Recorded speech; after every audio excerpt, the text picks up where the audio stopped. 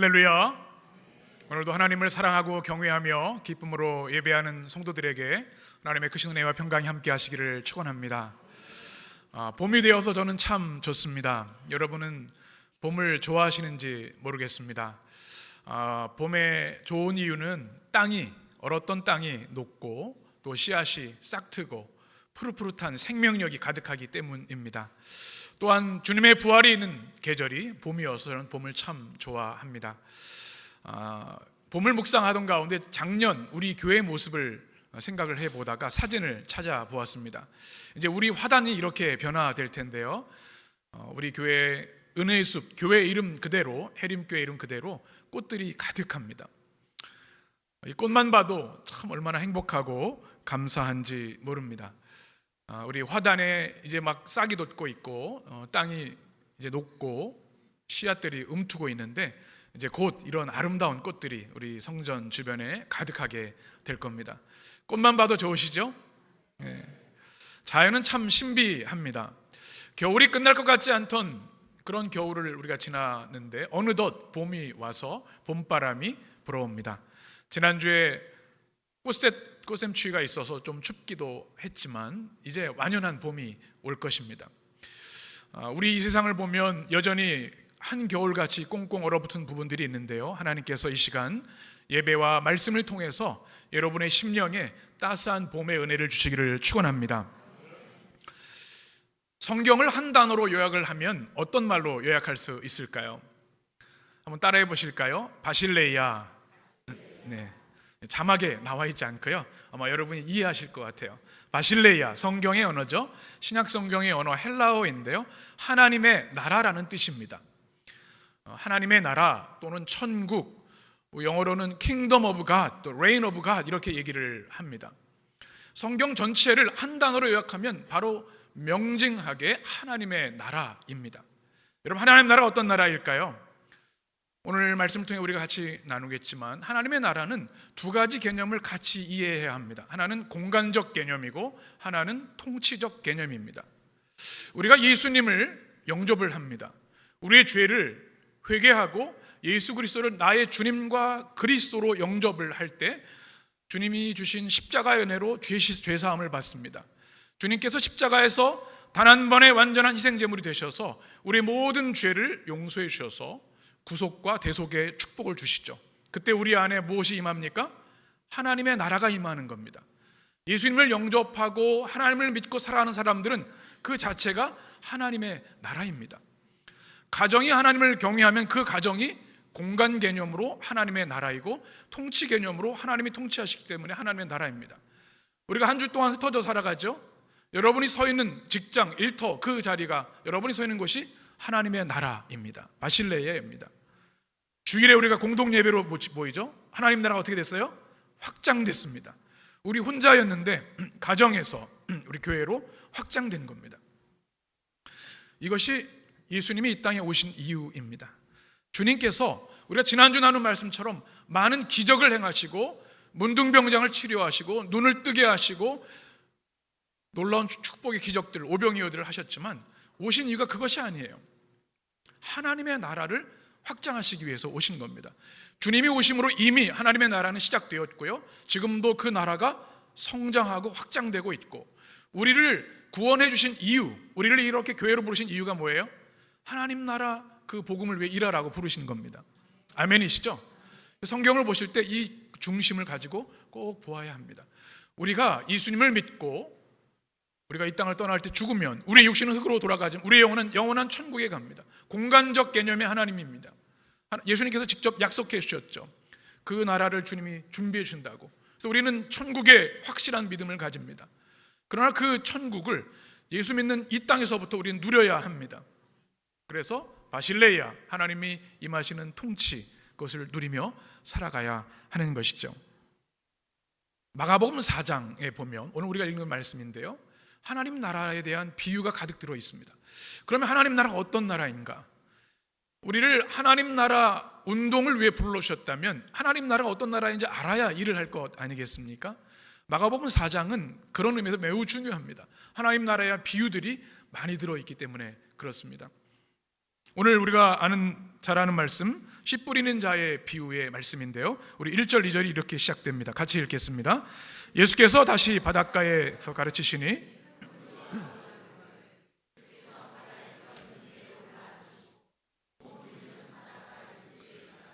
이에 예수께서 여러 가지 비유로 가르치시니 그 가르치시는 중에 그들에게 이르시되.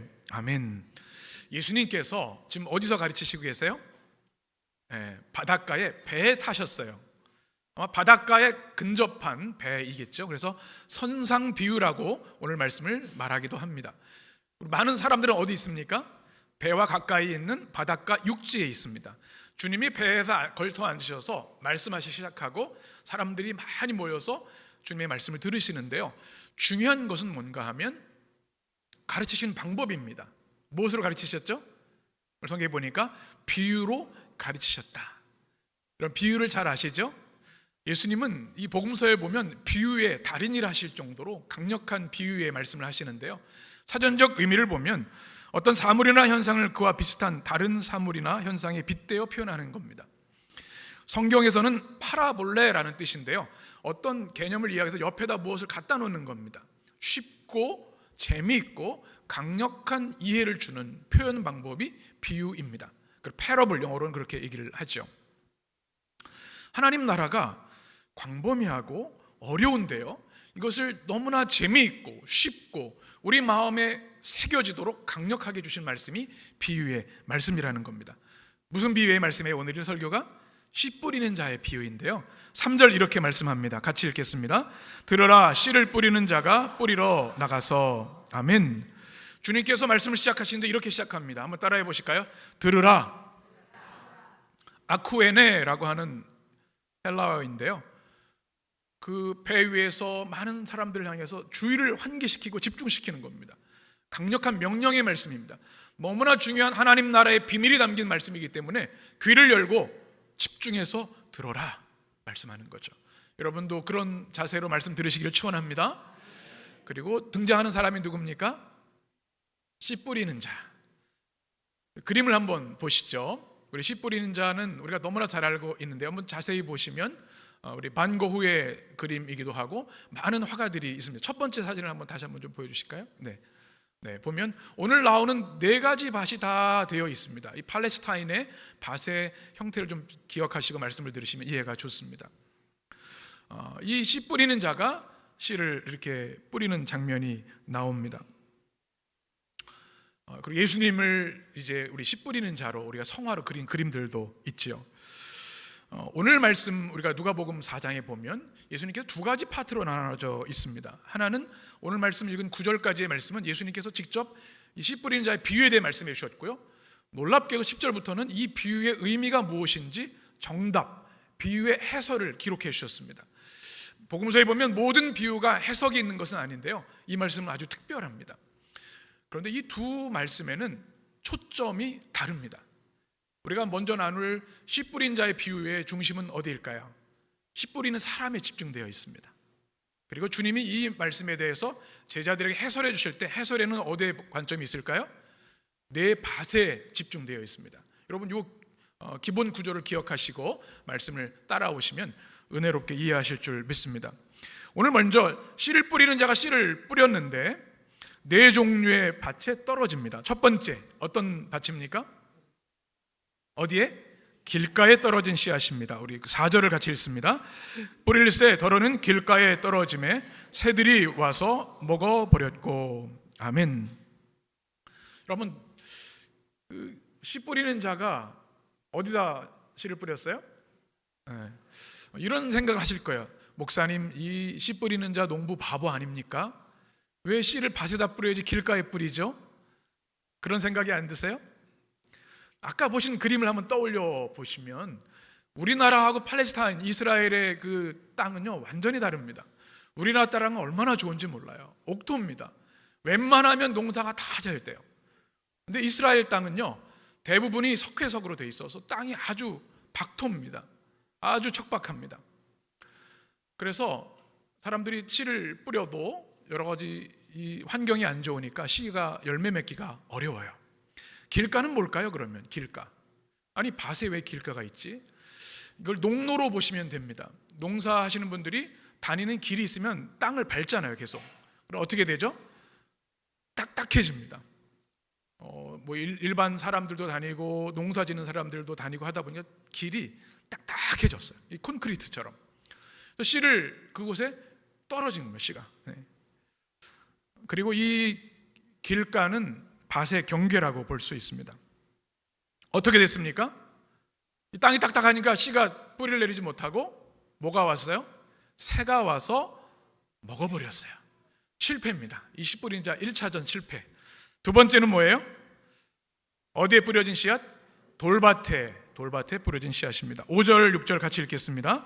더러는 흙이 얕은 돌밭에 떨어짐에 흙이 깊지 아니하므로 곧 싹이 나오나 해가 돋은 후에 타서 뿌리가 없으므로 말랐고. 아멘. 길가보단 나아요. 그죠? 돌밭에는 무엇이 조금 있어요? 흙이 조금 있어요. 다행히 이것을 심길 수가 있어요. 그래서 뿌리를 조금 내요. 짝을 틔워요. 그런데 문제가 뭡니까? 이 자갈밭이다 보니까 깊이 뿌리를 내릴 수가 없는 거예요.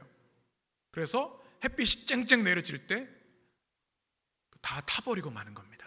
역시 2차전도 실패입니다. 세 번째는 무엇이죠? 가시떨기에 떨어진 씨앗인데요. 7절 말씀. 더러는 가시떨기에 떨어짐에 가시가 자라 기운을 막음으로 결실하지 못하고. 아멘.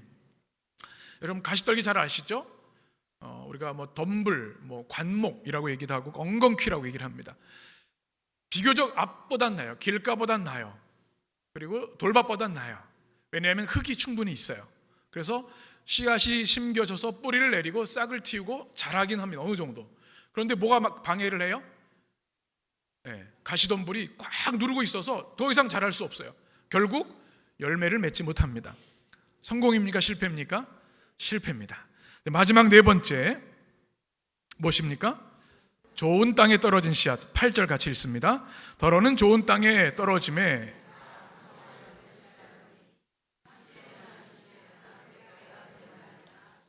아멘. 좋은 땅은요, 앞의 땅들과 비교할 수 없을 정도로 완벽한 환경입니다. 씨가 잘 심겨지고 풍성한 영양분을 공급받아서 어떻게 결실했어요? 30배, 60배, 100배. 복음서에 다 나와 있는데 누가복음에는 100배부터 나와요. 충격요법으로. 그런데 오늘 말씀은 점층법으로 30, 60, 100배.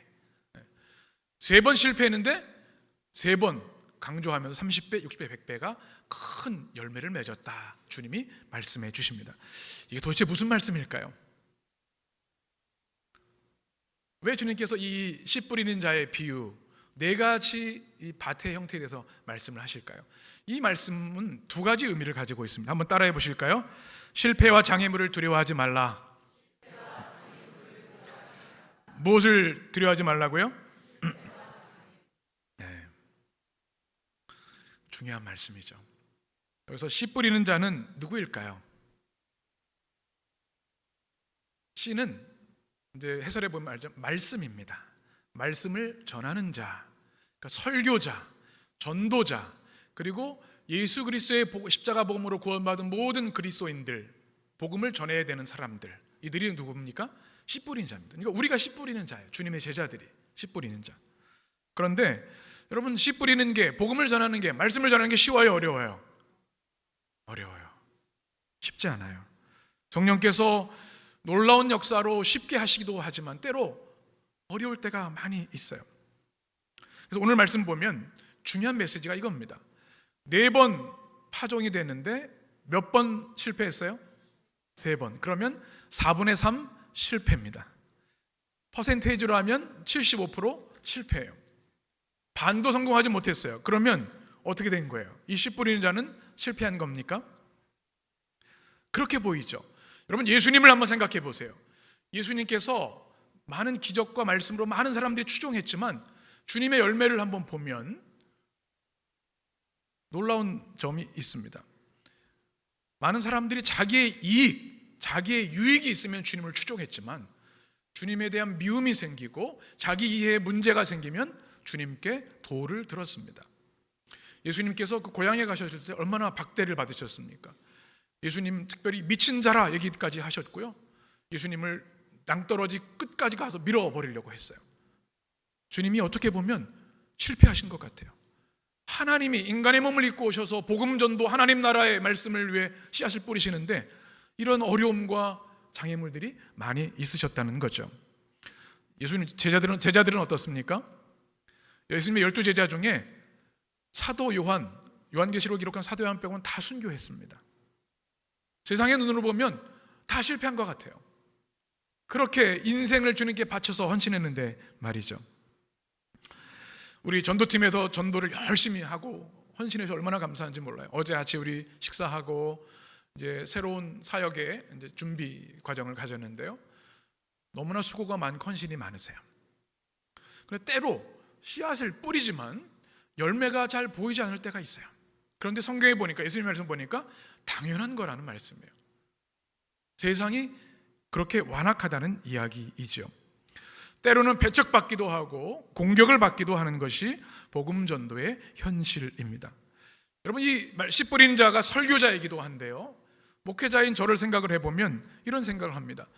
일주일 내내 혼신을 다해서 묵상하고 연구하고 설교문을 작성하고 암송하고 준비해서 말씀을 5년, 10년, 20년 전합니다. 그런데 그 씨앗에 말씀의 씨앗을 뿌렸는데 우리 성도들이 변하지 않고 성장이 되지 않는다면 낙심할까요? 안 할까요?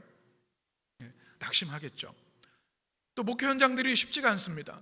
우리 지방에도 보면, 많은 목사님 보면 5년이 지나 10년이 지나도 성도 단 한 명도 증가하지 않은 일들이 많아요. 얼마나 실패가 많고 어려움이 많습니까? 그런데 그러면 씨 뿌린 자가 실패한 것입니까? 아니라는 겁니다. 씨 뿌리는 자의 성공은 뭐냐면 씨 뿌리는 것 자체가 성공이라는 말씀입니다. 아멘이시죠? 결과는 하나님께 맡기는 겁니다.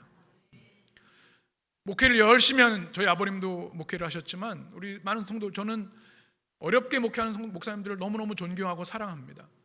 큰 교회 목사님이 위대한 목사님이 아니라 작은 교회 목사님이 보잘것없는 초라한 목사님이 아닙니다. 주의 복음을 전하는 것은 다 위대한 일입니다. 열매와 상관없이 말이죠. 그래서 어떻게 해야 되는가?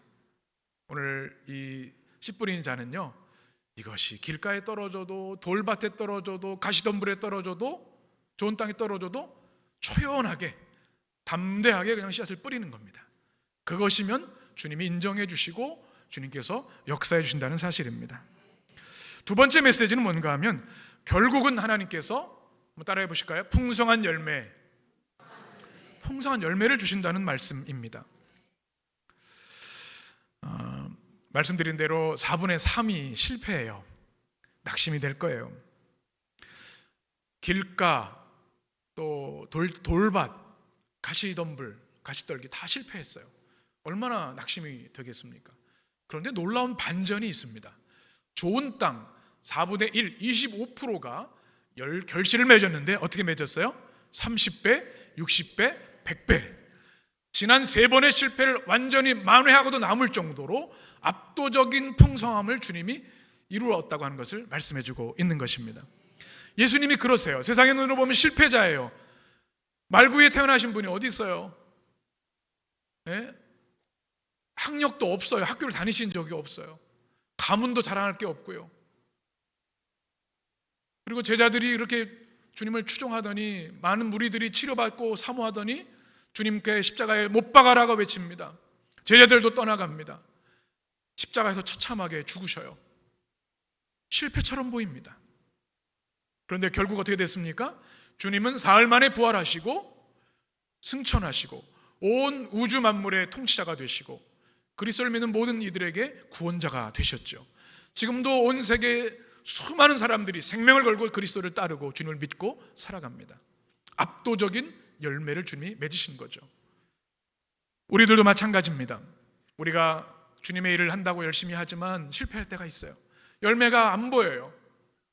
대부분 실패처럼 보여요. 그러나 결국 주님께서는 30배, 60배, 100배 열매를 주실 줄 믿습니다. 저는 우리 해림교회가 압도적인 부흥으로 성장할 것을 확신합니다. 왜 그래요? 하나님의 말씀의 씨앗이 뿌려지는 곳이기 때문에 그래요. 우리가 주일 말씀을 통해 강단에 하나님의 말씀의 씨앗을 뿌리면 여러분의 심령이 심깁니다. 속회를 통해 말씀을 나누고요, 매일 아침 예배를 통해 말씀을 심습니다. 말씀의 능력에는 의심할 바가 없습니다. 밭이 문제이지 말씀은 복음의 능력과 생명력으로 가득 차 있습니다. 말씀이 뿌려지는 한 주님의 교회는 살아 역사하고 압도적인 성장과 열매를 맺게 되는 줄 믿습니다. 이제 우리의 관점을 밭에 두어야 합니다. 예수님은 이 9절까지의 말씀을 설명해 주신, 친절하게 설명해 주시는데요, 말씀을 듣는 자의 4명의 4가지 유형에 대해서 말씀합니다. 첫 번째는 길가와 같은 사람들입니다. 무엇과 같아요? 14절 15절 같이 읽습니다. 뿌리는 자는 말씀을 뿌리는 것이라. 말씀이 길가에 뿌려졌다는 것은 이들을 가리킴이니 곧 말씀을 들었을 때에 사탄이 즉시 와서 그들에게 뿌려진 말씀을 빼앗는 것이라. 아멘. 이 말씀을 주님이 전하셨어요. 이 씨 뿌리는 자는 예수님 자신이기도 하는데요, 말씀을 듣는 사람들 중에 4가지 유형 중에 길가와 같은 사람이 있다는 거예요. 주님께서 천국 복음의 말씀을 씨앗을 뿌리는데 길가 같아서 딱딱해요. 이 씨앗이 튕길 틈이 없는 거예요. 어떻게 돼요? 완악한 마음을 가지고 있고 주님의 말씀을 배척하고 주님을 핍박하기까지 이릅니다. 그래서 어떻게 됐습니까? 오늘 보니까 그 말씀을 길가에 떨어졌으니까 사탄이, 우리 비유에는 세대라는 말씀입니다. 사탄이 그것을 빼앗아 간다, 이렇게 말씀하고 있습니다. 누가복음 8장에 이렇게 더 자세히 말씀하십니다. 같이 읽겠습니다. 길가에 있다는 것은 말씀을 들은 자니 이에 마귀가 가서 그들이 믿어 구원을 얻지 못하게 하려고 말씀을 그 마음에서 빼앗는 것이라. 아멘. 이 길가 같은 마음은요, 그 말씀의 씨앗 심기지 못하니까 결국 사탄이 그것을 빼앗아 먹어버립니다. 그래서 구원받을 수가 없는 거예요. 얼마나 안타까운 일입니까? 여러분, 이 말씀은 우리에게 굉장히 강력한 도전을 주는 말씀입니다. 혹시 이 말을 듣는 너희들이 길가 마음은 아니냐라고 주님이 말씀하시는 겁니다. 예수님의 말씀을 들을 때 많은 무리들이 어떻게 하면 예수님을 발을 걸어 넘어뜨려서 핍박하고 죽일까 궁리하는 사람들이 있었습니다. 말씀의 완악한 자들입니다. 여러분은 어떠십니까? 저는 설교하다 보면 우리 청중에 따라서 설교가 너무 수월하기도 하고 어렵기도 해요. 우리 교회는 100점입니다. 성도들 우리 대부분 다 말씀을 얼마나 집중해서 들으시는지 막 제 이마가 빛나는 거예요. 눈빛이 막 와가지고 머리숱이 많으면 괜찮을 텐데 막 그 눈에서 빛이 납니다. 말씀을 사모하고 받으려고 하는 마음, 얼마나 감사한지. 목회자에게 가장 큰 행복입니다. 말씀을 들을 때 사모하는 마음으로, 내 말씀으로 받으려고 하는 마음으로 받는 거예요. 그런데 어떤 이들은 그렇지 않은 일도 있습니다. 예전에 제가 설교한 기억이, 진땀을 뺐던 기억이 있는데, 원로 장로님만 70명인데 앞에 70명이 딱 가르쳐서 딱 팔짱을 끼시고 다리를 꺼시고 눈을 감고 거기를 팍 숙이고 설교를 들으세요. 그러면 말씀 전하는 사람이 마음이 참 불편해요. 안 그러실 텐데 이게 완악한 마음이 있나, 이런 생각이 들어요. 대학교 채플 인도한 적이 있어요. 필수이기 때문에 어쩔 수 없이 와서 앉아있는데 잘 듣는 사람은 소수이고 대부분 자거나 신문을 보거나 그냥 엎드려 있는 친구들도 많아요. 안타까워요. 길가와 같은 사람들이 있다는 거죠. 우리는 그렇게 돼서는 안 될 줄 믿습니다. 사단에게 이 말씀, 복음의 생명을 결코 빼앗아서는 안 되기 때문에 그렇습니다. 두 번째는 돌밭 같은 사람이 있습니다. 돌밭. 오늘 주님께서 이렇게 설명해 주십니다. 16절. 또 이와 같이 돌밭에 뿌려졌다는 것은 이들을 가리킴이니 곧 말씀을 들을 때 즉시 기쁨으로 받으나 그 속에 뿌리가 없어 잠깐 견디다가 말씀으로 인하여 환난이나 박해가 일어나는 때에는 곧 넘어지는 자요. 아멘. 돌밭은 씨앗이 흙에 잠기기는 해요.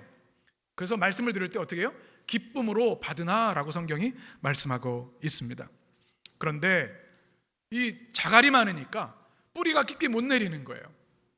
내게 이익이 되고 나한테 도움이 되는 것 같아, 그럴듯한 말씀 같다 그러면 말씀을 받지만 자신의 삶에 깊이 뿌리 내려서 적용하지는 못하는 사람입니다.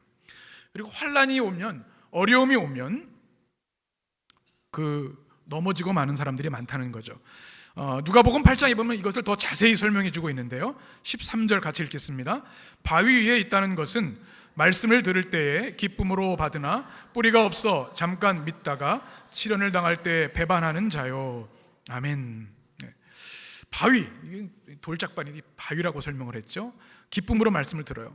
말씀의 은혜를 받는 모습이 있어요. 그런데 잠깐 믿다가 무엇을 당할 때? 시련이 오면 배반하는 자라, 이렇게 얘기를 합니다. 예수님의 말씀이 나에게 듣기 좋고 나에게 교훈이 되고 은혜가 되는 것 좋은데 잠깐뿐에 감정적으로는 기뻐요. 그런데 삶으로 복음을 살아내야 될 때 시험이 오고 환난이 오고 유혹이 오면 그 믿음을 버리는 거예요. 이게 어떤 사람들이에요? 돌밭 같은 마음을 가진 사람들이다. 그래서 우리 감정에 우리가 주의할 필요가 있습니다. 감정은 매우 중요해요. 우리 감정을 잘 섬세하게 돌보아야 합니다. 그런데 감정에 휘둘려서는 안 됩니다. 우리의 구원이 감정에 따라 구원되는 게 아닙니다. 말씀에 의해서 십자가의 복음에 의해 구원받는 거죠.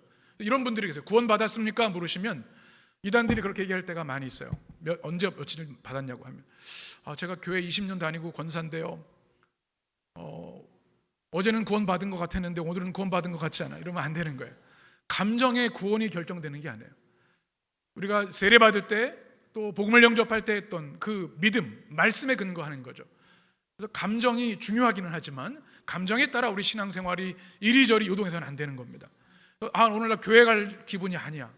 나 오늘 속회할 기분이 아니야. 오늘 우리 성가대 할 기분이 아니야. 부부싸움 했어. 이러면 안 되는 거예요. 그럼에도 불구하고 감정을 넘어서 우리는 하나님을 예배하고 말씀을 받아야 하는 줄 믿습니다. 세 번째는 가시떨기 땅 같은 사람입니다.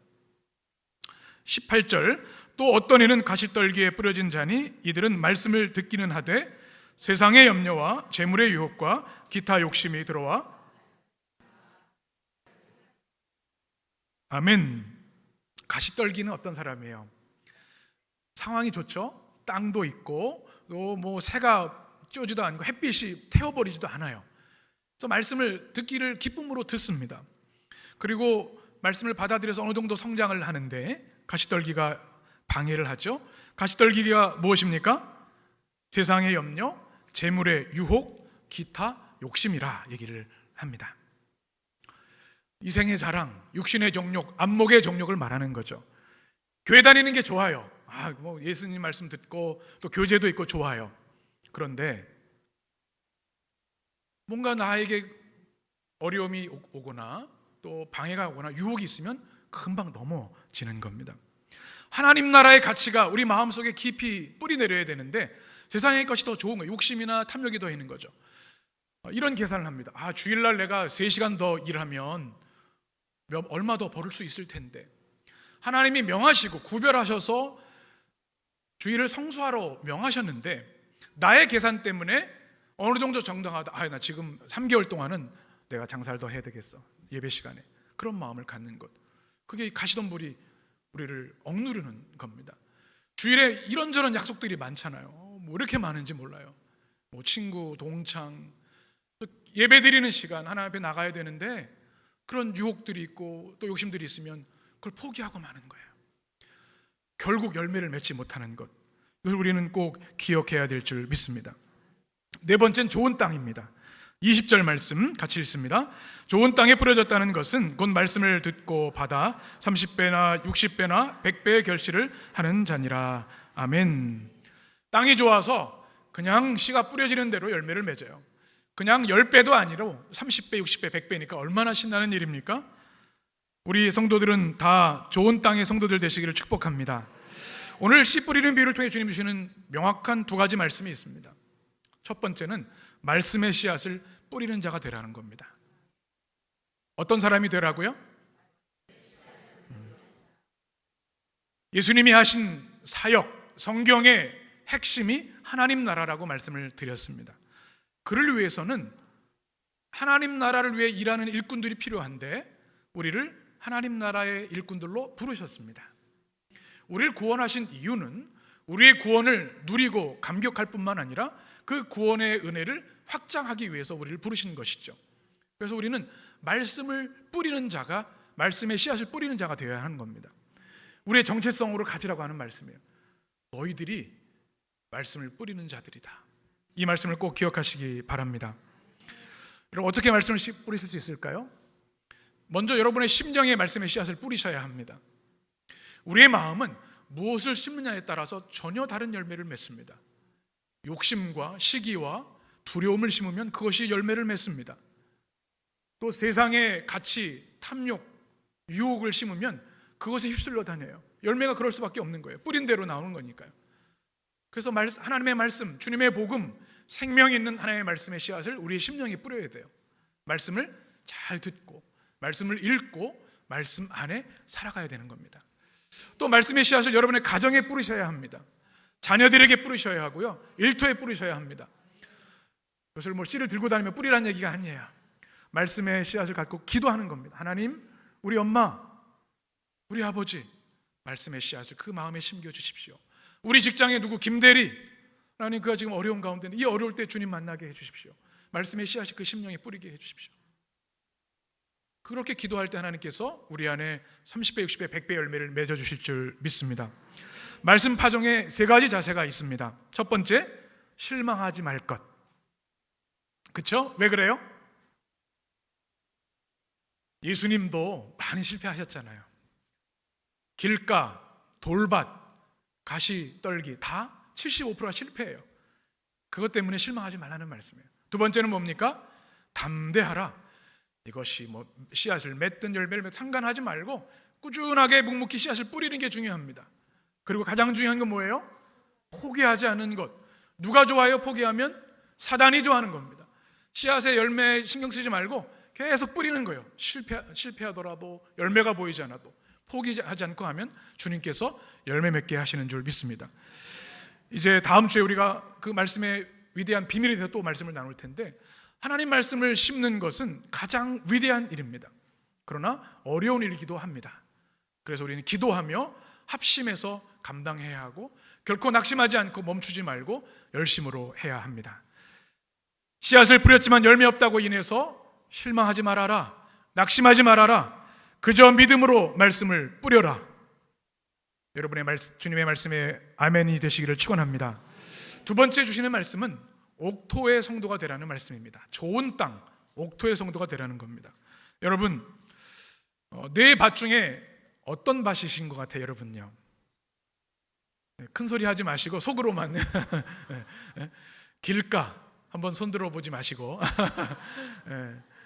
돌밭, 가시떨기, 좋은 밭, 어떤 마음의 밭을 가지고 계십니까? 이 말씀을 듣고 잘 적용을 해야 돼요. 어떤 분들이 이런 사람, 김 집사 돌밭이네. 이 집사 가시떨기구만. 이러시면 돼요, 안 돼요? 안 돼요. 말씀은 누구에게 적용해야 돼요? 나에게 적용해야 돼요. 말씀을 나를 비춰봐야지 다른 사람 판단하고 비난하라고 하는 말씀이 아니에요.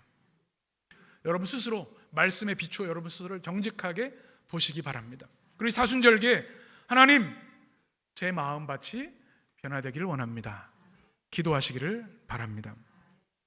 목회하다 보면 참 다양한 성도들이 계세요. 아무리 말씀을 뿌려도 끔찍도 않는 분들이 있어요. 바위 같은 사나이들. 그렇죠? 그래도 실망하면 안 돼요. 그냥 뿌리는 거예요. 주님께 맡기면 돼요. 기도하면 돼요. 하나님이 언젠간 역사하시기 때문에. 그런데 오늘 말씀에서 또 중요한 것이 있어요. 또 한 가지 저는 뭐냐면 이 4가지 밭이 우리 안에 다 있다는 겁니다. 어떨 때는 길가처럼 아주 콘크리트처럼 해서 말씀을 그냥 방탄처럼 다 튀어내가는 경우가 있어요. 어떨 때는 돌밭 같아서 말씀이 들어오기도 하지만 또 잘하지 못해요. 가시덤불이 와요. 막 유혹도 많고 여러 가지 욕심도 생기고 또 유혹 넘어지고 말씀이 잘하지 못해요. 어떨 때는 좋은 밭이 돼서 말씀이 쏙쏙 들어올 때가 있어요. 이 4가지 밭이 우리 안에 다 있다는 거예요. 그래서 중요한 것이 있습니다. 한번 따라해 보실까요? 묵은 땅을 기경해야 합니다. 혹시 여러분 마음속에 돌 자갈이 많이 있으면 어떻게 해야 돼요? 기경해서 말씀의 쟁기로, 회개의 쟁기로, 말씀의 쟁기로 돌을 걸러내야 됩니다. 그러면 열매를 맺을 수가 없어요. 돌이 있으면. 또 딱딱한 땅이 있으면 어떻게 해요? 땅을 갈아서 부드럽게 만들어야 되죠.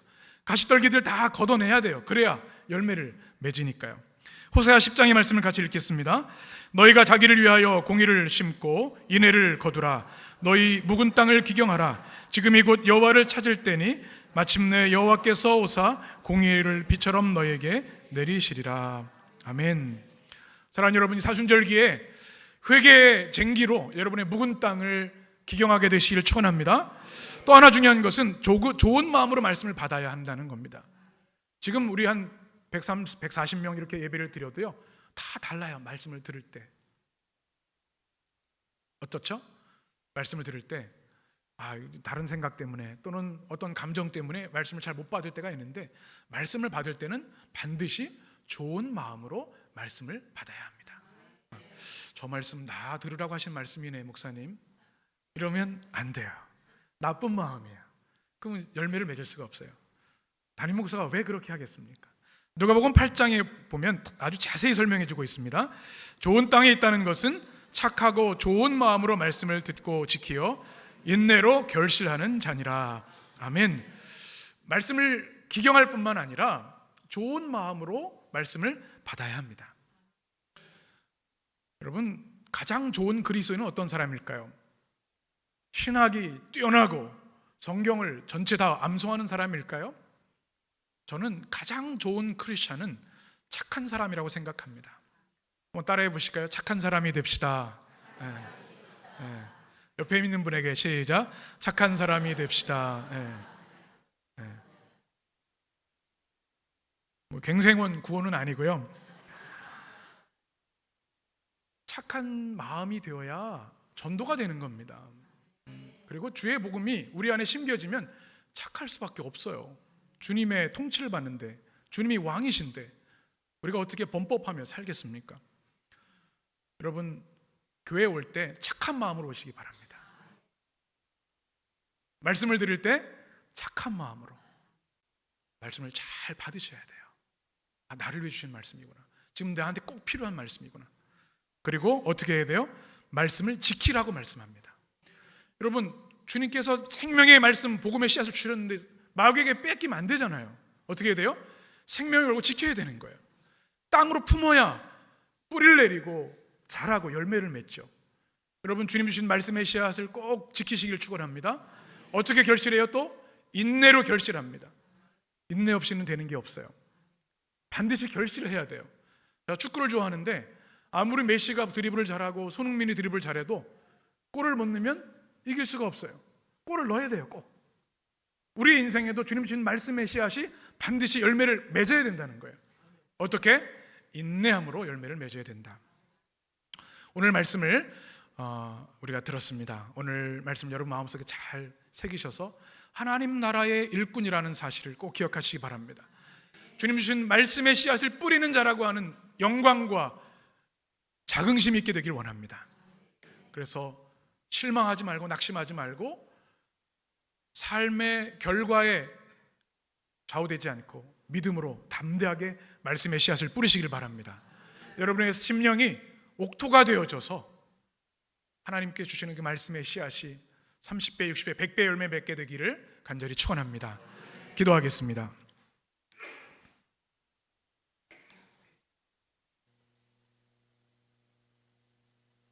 눈물을 흘리며 씨를 뿌리는 자는 기쁨으로 거두리로다. 울며 씨를 뿌리러 나가는 자는 반드시 기쁨으로 그 곡식단을 가지고 돌아오리로다. 아멘. 주님, 우리 주님께서 이 땅에 하나님의 말씀의 씨앗을 뿌리신 것처럼 우리도 말씀의 씨앗을 뿌리는 자임을 말씀을 통해 깨닫게 하시니 무한 감사를 드립니다. 그저 이 땅에 육신의 안락과 즐거움만을 위해 살아가는 인생이 아니라 이 땅에서 누리는 하나님의 나라, 장차 죽음 후에 갈 영원한 하나님의 나라를 사모하며 우리가 하나님 나라의 말씀의 씨앗을 뿌려서 하나님 나라를 확장하는 위대하고 영광스러운 비전을 주시니 너무나 감사합니다. 하나님, 말씀의 씨앗을 뿌리는 주의 성도들 되게 하여 주옵소서. 우리 심령의 가정의 자녀들에게 우리의 일터에 그 씨앗을 뿌리게 하여 주시옵소서. 그러나 낙심하지 않게 되길 원합니다. 길가, 돌밭, 가시떨기, 그러나 옥토의 마음이 있음을 기억하고 30배, 60배, 100배의 압도적인 열매, 승리를 주님 주심을 의지하여 믿음으로 말씀 뿌리게 하여 주옵소서. 특별히 사순절기에 우리 심령에 자갈이 있습니까? 다 솎아내게 하여 주시고, 굳은 땅이 있습니까? 말씀으로 회개로 기경하여 부드럽고 아름다운 옥토가 되게 하여 주셔서 우리 성도들의 삶에 말씀의 씨앗이 심기고 자라서 30배, 60배, 100배 열매를 맺는 축복의 성도들 되게 하여 주옵소서. 예수님의 이름으로 축복하며 기도합니다. 아멘.